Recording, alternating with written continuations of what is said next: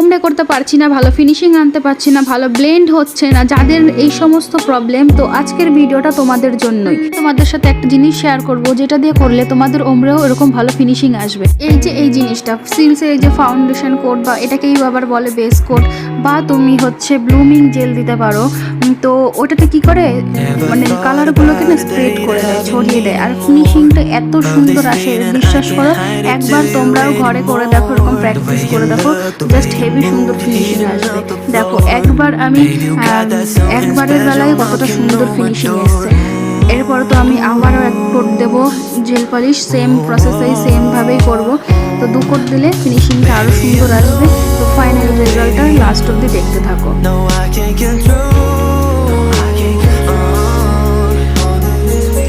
তো দেখেছো কত সুন্দর ফিনিশিং আসছে।